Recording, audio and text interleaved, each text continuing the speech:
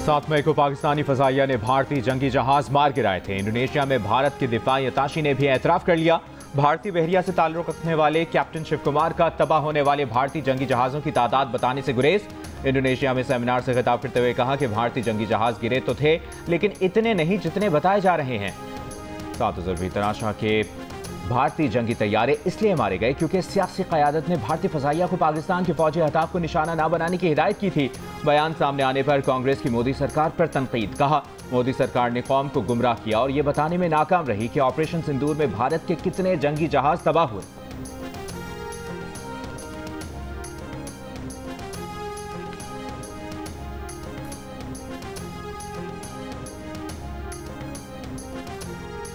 अपना मीटर, अपनी रीडिंग का असल फ़ायदा आम सारिफ को है। और ये जो ऐप है, ये जो टेक्नोलॉजी है, ये रिफॉर्म एक इनकलाबी टेक्नोलॉजी रिफॉर्म है।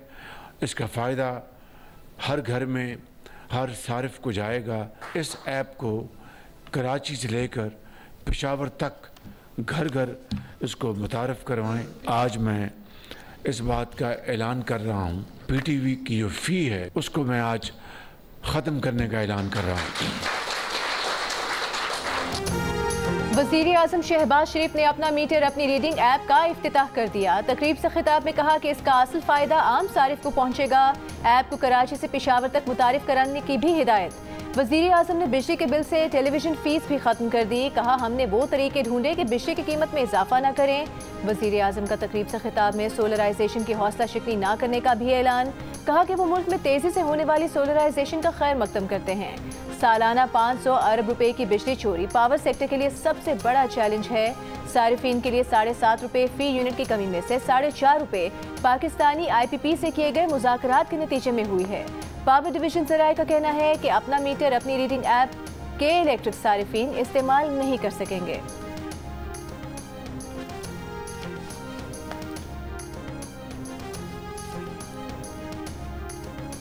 वज़ारत पावर डिवीजन ने अपना मीटर अपनी रीडिंग के तहत पावर स्मार्ट ऐप मुतारिफ करा दी। सार्फिन मीटर रीडिंग की मुकर्ररा तारीख पर मीटर की तस्वीर लेकर ऐप पर अपलोड करेंगे। इसी रीडिंग की बुनियाद पर उनका माहाना बिल जारी किया जाएगा। सारिफ मुकर्ररा दिन पर रीडिंग फराहम कर दें तो इसके बाद मीटर रीडर की रीडिंग को तरजीह नहीं दी जाएगी। सिर्फ सारिफ की फराहम करदा रीडिंग ही फीड की जाएगी। सार्फिन अपने बिल पर नजर रख सकेंगे, बल्कि वो रीडिंग का अमल मॉनिटर भी कर सकेंगे। अपना मीटर अपनी रीडिंग जैसे फीचर्स बिजली के निज़ाम में शफाफियत पैदा करेंगे।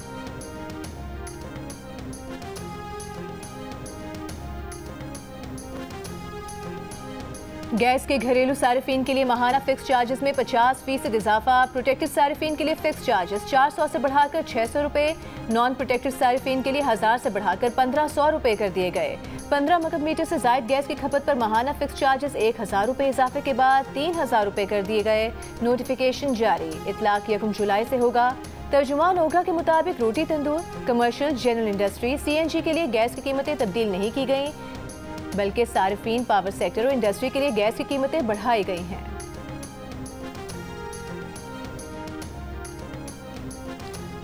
वज़ीर आज़म शहबाज शरीफ की साबिक वज़ीर दाखिला चौधरी निसार से मुलाकात। वज़ीर आज़म चौधरी निसार से मिलने रावलपिंडी में उनके घर पहुंचे। साबिक वफाकी वज़ीर दाखिला की खैरियत दरियाफ्त की।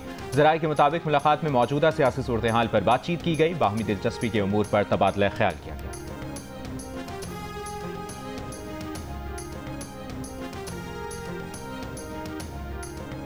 पीपल्स पार्टी की विफाकी और पंजाब हुकूमत में शमूलियत पर पीपल्स पार्टी और नून लीग की क़यादत में बातचीत। ज़राए के मुताबिक बातचीत 20 रोज़ पहले हुई। मुस्लिम लीग नून चाहती है कि पीपल्स पार्टी हुकूमत में शामिल हो जाए। पीपल्स पार्टी ने हुकूमत में शमूलियत पर किसी हद तक लचक दिखाई है। दोनों जमातों के दरमियान मजीद बातचीत का इम्कान।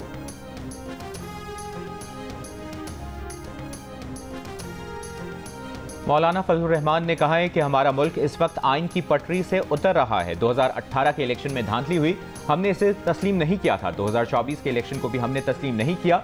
हम चीखते रहे, जिस तरह पाठा को जम कर रहे हो, ये गलत फैसला है। कबाइल इस इंजमाम पर राजी नहीं थे। आज आप पछता रहे हैं कि इंजमाम का गलत फैसला किया था। मुल्क को अमरीका की रजामंदी के साथ चलाते हैं तो फिर जमहूरियत की बात क्यों करते हैं। बडगराम में शायर इस्लाम कॉन्फ्रेंस से खिताब करते हुए कहा कि ऐवान में आपने 18 साल से कम उम्र लड़के और लड़की की निकाह को नाजायज़ करार दिया। आपने एक जायज़ निकाह के ऊपर कतन लगा दी। आइन कहता है कि कुरान और दीन के खिलाफ कोई कानून साजी नहीं होगी। 60,000 फलस्तीनी सहूनी की बमबारी से शहीद हुए। ट्रंप को जंगबंदी का ख्याल नहीं आया। जब ईरान ने इसराइल पर बमबारी की तो ट्रंप को जंगबंदी का ख्याल आया।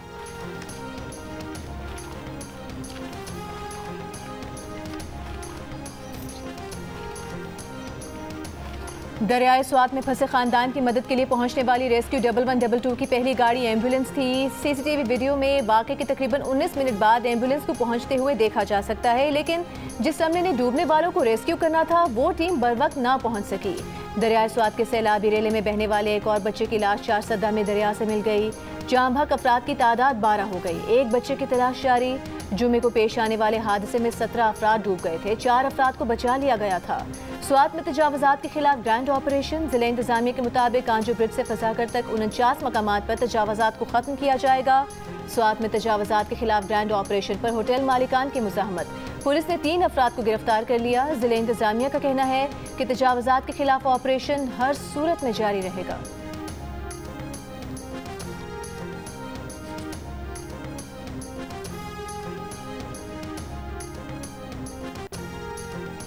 रेस्क्यू वाले खाली हाथ आए थे। हादसात अल्लाह की जानिब से आते हैं, लेकिन इनके सदेबाब के लिए कोई इकदाम नहीं किए गए।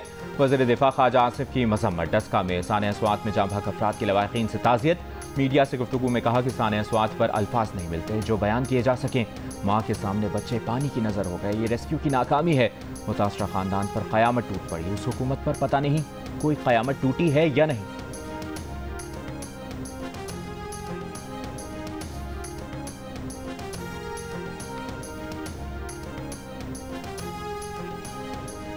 एनडीएमए का मानसून बारिश और मुमकिन सैलाब के हवाले से अलर्ट जारी। आज से 5 जुलाई तक इस्लामाबाद, पंजाब, सिंध, खैबर पख्तूनख्वा, आज़ाद कश्मीर में तेज़ बारिशों की पेशगोई।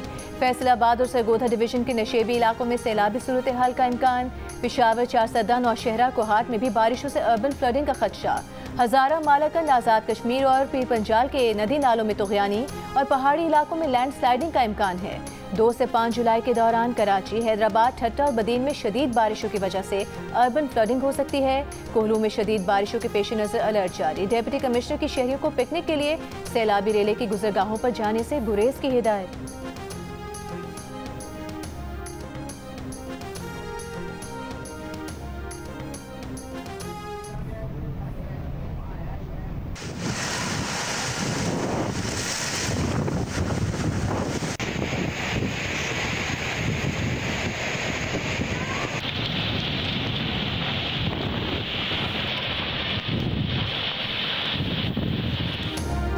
लाहौर और गिरदोनवाह में गर्द आलूद आंधी, तूफान और शदीद बारिश से निज़ाम ज़िंदगी दरहम बरहम हो गया।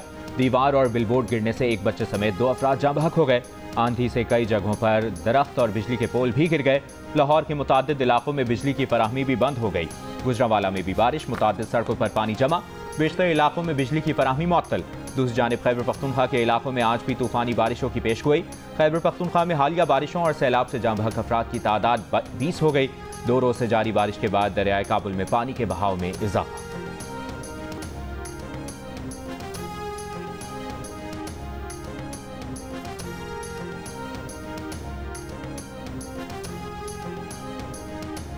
बलूचिस्तान के अजला मूसा खेल, बारखान और गिरदोनवाह में ज़िलज़िले के झटके, सैकड़ों मकानात को नुकसान पहुंचा। मकानात गिरने से 5 अफराद जख्मी हो गए, जिनमें से 2 की हालत तशवीशनाक है। ज़िलज़िले की शिद्दत 5.3 और गहराई 10 फुट रिकॉर्ड की गई।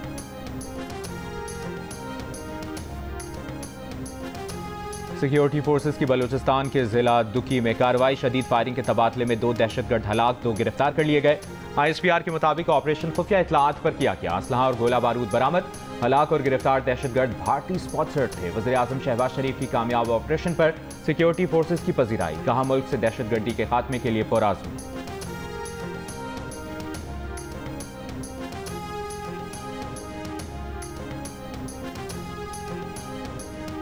Justice Sarfaraz Dogar Islamabad high court के सीनियर तरीन जज। जस्टिस मोहसिन अख्तर कियानी दूसरे सीनियर जज करार। सदर मुमलिकत ने इस्लामाबाद हाई कोर्ट के जजों की सीनियरिटी तय कर दी।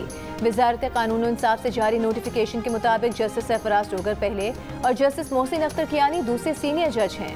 जस्टिस मियां गुल हसन औरंगजेब सीनियरिटी में 3 नंबर पर होंगे। जस्टिस तारिक महमूद जहांगीरी सीनियरिटी में 4थे। जस्टिस बाबर सत्तार 5वें। जस्टिस सरदार एजाज इसहाक 6ठे।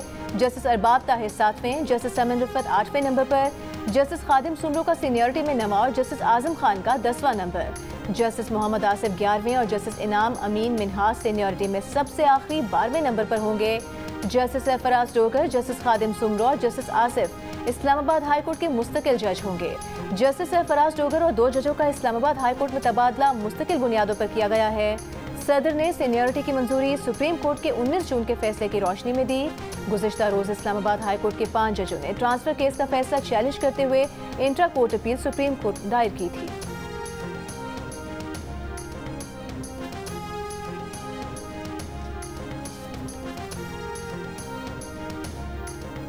आपका ये ख्वाब था, आपका ये विजन था और आपने कहा था कि मीटर रीडर का इख्तियार आम इंसान के हाथ में दो। तो ये मीटर रीडर का जो इख्तियार था, जो एक बहुत बड़ा इख्तियार था, वो अगर एक दिन देर से रीडिंग करे तो गरीब लोग 200 यूनिट से 200 के ऊपर चले जाते हैं। उससे उनका बिल 2000 सवा 2000 से 8500 तक पहुंच जाता है, जो उनके पूरे साल के अंदर कई लाख रुपए का उनके ऊपर इम्पैक्ट आता है। वफाकी वजीर बनाए पावर डिवीजन ओवैस लगारी ने कहा है कि वज़ीर आज़म की हिदायत थी कि मीटर रीडर का इख्तियार आम आदमी के हाथ में दिया जाए। इस ऐप के जरिए ये अमल मुकम्मल हुआ। अपना मीटर अपनी रीडिंग ऐप की लॉन्चिंग तकरीब से खिताब में ओवैस लगारी ने बताया कि ओवर बिलिंग बहुत बड़ा इशू था। गुज़श्ता साल ओवर बिलिंग की मद में लिए गए 110 अरब रुपए कंज्यूमर्स को वापस लौटाए गए।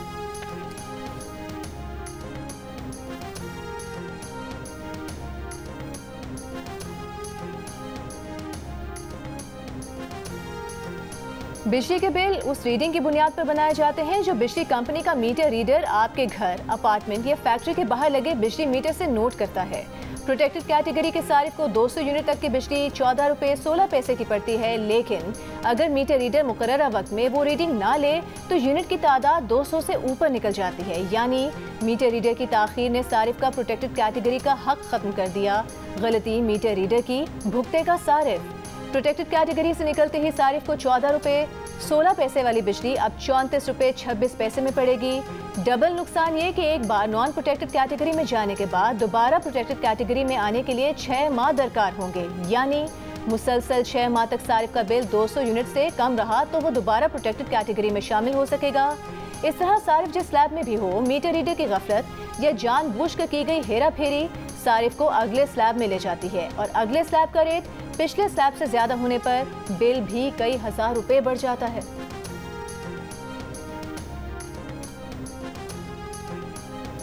अमरीका ने इस्फहान में ईरान की एटमी तंसीबात पर हमले में बंकर बस्टर बम इस्तेमाल नहीं किए। अमरीकी मीडिया की रिपोर्ट के मुताबिक इस्फहान की एटमी तंसीब में 60% अफज़ूदा यूरेनियम मौजूद था। बंकर बस्टर बम इसलिए इस्तेमाल नहीं किए गए क्योंकि वो मौसर ना होते। Chairman joint chiefs of staff general Duncan ने यह बात अमरीकी सेनेटर्स को बताई। रिपोर्ट के मुताबिक फर्दो और नतन्स की तंसीबात पर बंकर बस्टर बम गिराए गए थे।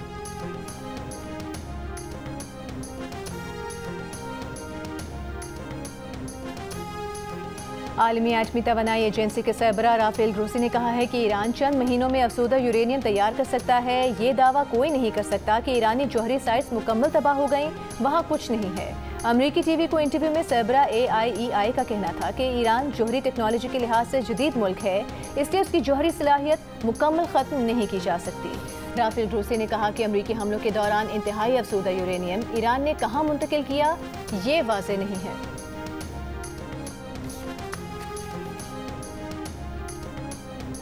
ईरानी मुसल्लह अफवाज के chief of staff major general Abdurrahim Mousavi ने सऊदी वज़ीर दिफा शहजादा खालिद बिन सलमान से फ़ोन पर राबता किया। फ़ोन पर बातचीत में दोनों ने दिफाई शोबे में दो तरफा ताल्लुकात का जायज़ा लिया और खित्ते में होने वाली पेशरफ्त पर बातचीत की। दोनों ने खित्ते में अमन व सलामती बरकरार रखने के लिए कोशिशों पर भी बात की।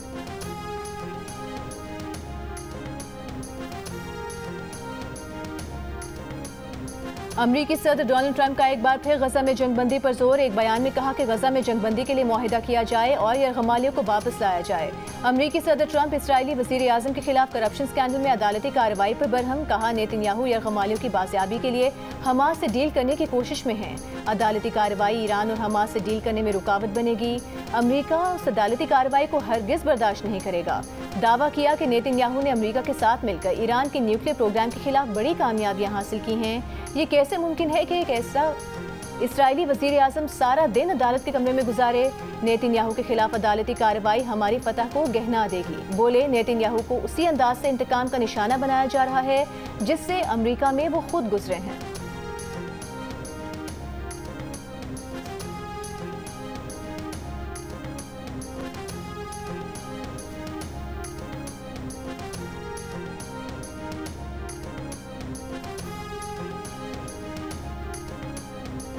गजा में इसराइली फौज के हमले, रफा में इसराइली बमबारी से इमदाद के मुंतज़िर 4 फ़लस्तीनी शहीद। सुबह से जारी इसराइली हमलों में मज़ीद 23 फ़लस्तीनी शहीद। गजा की महकमा सेहत का कहना है कि गुज़श्ता 24 घंटों में 88 लाशें और 365 ज़ख्मियों को अस्पतालों में लाया गया। इसराइली फौज का शिमाली गजा के मुख्तलिफ इलाकों से फ़लस्तीनियों को इनखला का हुक्म। अमरीकी सदर ट्रंप का गजा में जंगबंदी मुआहदा करने और मुख्फियों को वापस लाने का मुतालबा।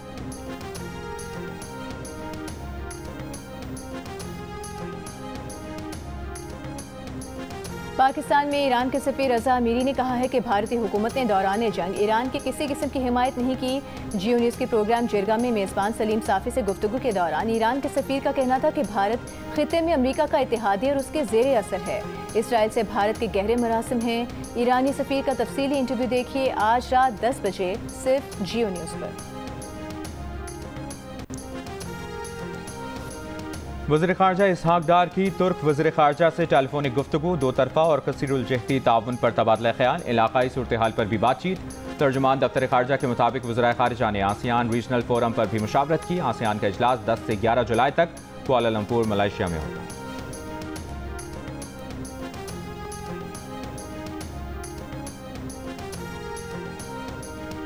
इसराइल में कराए गए ताज़ा तरीन सर्विस के मुताबिक इसराइली वज़ीर आज़म नेतन्याहू इसराइली अवाम का एतमाद खोने लगे हैं। इसराइली वज़ीर आज़म की मकबूलियत तेज़ी से कम हो रही है।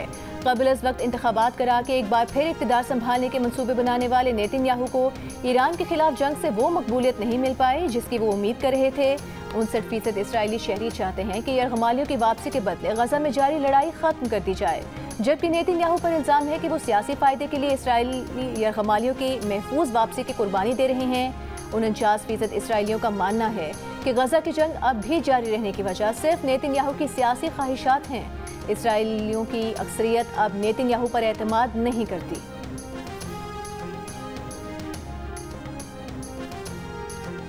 अमीर जमात इस्लामी हाफिज नईम उर रहमान ने कहा है कि मखसूस नशिस्तों पर शर्मनाक फैसला सियाह अदालती तारीख में एक और बाब का इजाफा है। इन नशिस्तों पर तहरीक इंसाफ का हक था, मगर इन नशिस्तों की बंदरबांट की गई।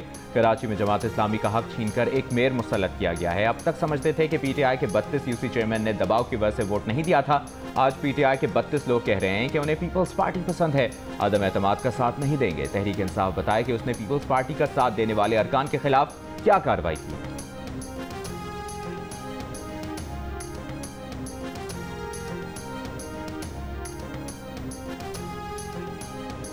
वज़ीर इत्तला सिंध शर्जील मेमन ने कहा है कि हाफिज नईम अब तक मेयर न बन सकने के सदमे से नहीं निकले हैं। सिंध में बल्दियाती निज़ाम अपनी आईनी हुदूद के अंदर काम कर रहा है, जबकि पंजाब में बल्दियाती इलेक्शन हुए ही नहीं हैं।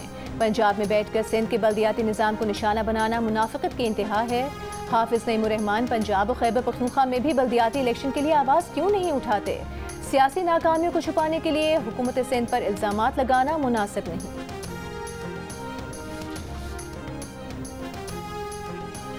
गवर्नर सिंध का इमरान खान टिसोरी ने कहा है कि मुल्क की दिफा मजबूत हाथों में है। दुश्मन की किसी भी साजिश के खिलाफ हम मुत्तहिद हैं। ऑपरेशन बुनियानुल मरसूस के जरिए दुश्मन को भरपूर जवाब दिया गया। हमने खित्ते में बालादस्ती का भारतीय ख्वाब चकनाचूर कर दिया। हाफिज ताहिर अशरफी के हमरा प्रेस कॉन्फ्रेंस में गवर्नर सिंध ने कहा कि फ़लस्तीनी आवाम पर ढाए जाने वाले मज़ालिम पर खामोश नहीं रहेंगे।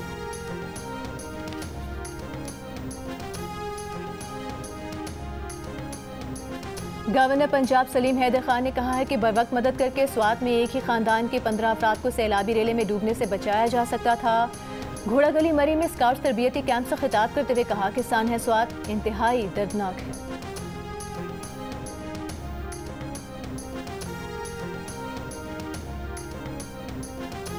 वफाकी वज़ीर दाखिला मोहसिन नकवी की CMH बन्नू में शिमाली वज़ीरिस्तान में फितनतुल हिंदुस्तान के दहशतगर्दों के हमले में सिक्योरिटी फोर्सेस के जख्मी जवानों की अयादत।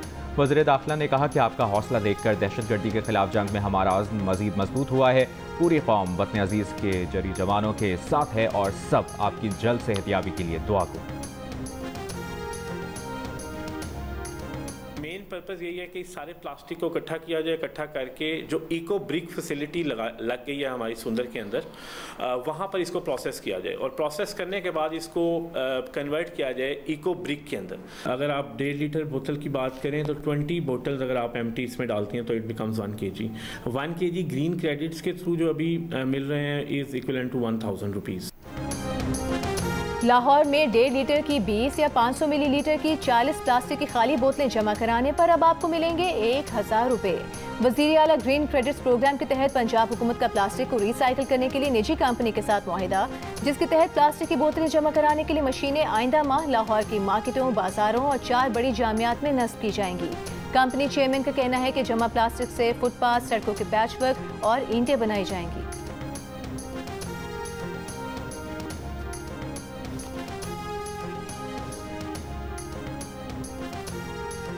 गुज़श्ता 20 माह में इसराइल के हमले गजा समेत मशरिक़ वुस्ता के दीगर ममालिक तक बढ़ गए। इसराइल ने लबनान, शाम, यमन और ईरान पर हमले किए। अमरीकी गैर सरकारी तंजीम के मुताबिक इसराइल ने गजा और मकबूजा मगरबी किनारे में सबसे ज़्यादा 18,000 से ज़ायद हमले किए। हमलों में 56,000 फ़लस्तीनी शहीद और 1,31,000 से ज़ायद ज़ख्मी हुए। लबनान में 15,000 से ज़ायद इसराइली हमलों में 1,500 से ज़ायद अफराद शहीद। इसराइल ने शाम में गुज़श्ता 6 माह में 200 हमले किए। एदाद शुमार के मुताबिक इसराइल के यमन पर 39 हमलों में हवाई अड्डों और बंदरगाहों को निशाना बनाया गया। इसराइल ने ईरान पर 13 से 23 जून के दौरान 146 हमले किए, जिनमें बच्चों समेत 606 ईरानी शहीद, 5,000 से ज़ायद ज़ख्मी हुए।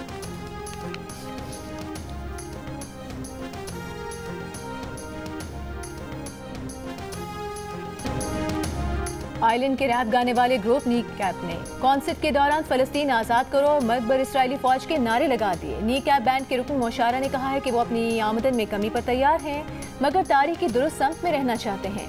हम आवाज़ बुलंद करेंगे तो फलस्तीन के मामले पर दूसरे म्यूजिक ग्रुप भी आवाज़ बुलंद करेंगे। पुलिस ने बरतानवी वज़ीर आज़म के खिलाफ नाजेबा नारों की तहकीकात शुरू कर दी।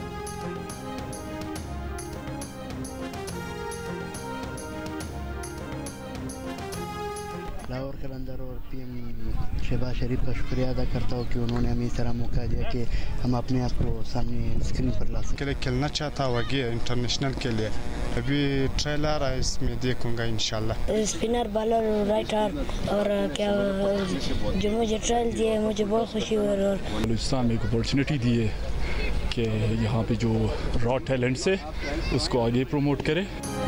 वज़ीर आज़म यूथ प्रोग्राम के तहत IT यूनिवर्सिटी में क्रिकेट टैलेंट हंट ट्रायल्स तीसरे रोज़ भी जारी।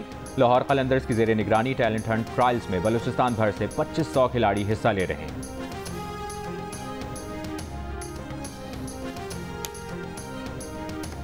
पाकिस्तान गर्ल्स नेटबॉल टीम की एक और कामयाबी, जनूबी कोरिया में जारी इवेंट में मेज़बान मुल्क के खिलाफ 6 के मुकाबले में 91 गोल से फतह हासिल की। ये पाकिस्तान विमेन नेटबॉल टीम की इवेंट में मुसलसल तीसरी फतह है। पाकिस्तान विमेन नेटबॉल टीम अगले मैच में जापान के मद्दे मुकाबिल होगी।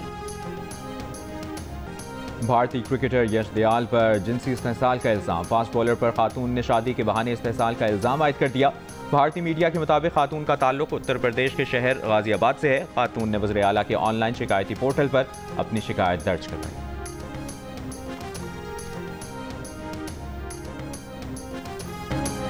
ब्रिटिश टेनिस स्टार एमा रेडुकानो ने टेनिस प्लेयर कार्लोस एल्करेज से दोस्ती की खबरों पर खामोशी तोड़ दी।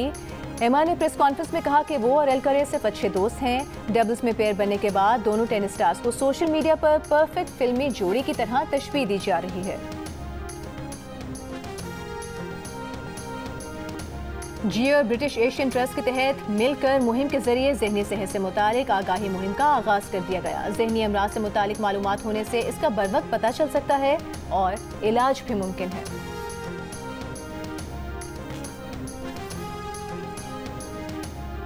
और फिल्म और टेलीविजन के मारूफ अदाकार शकील को मद्दाहों से बिछड़े 2 साल बीत गए।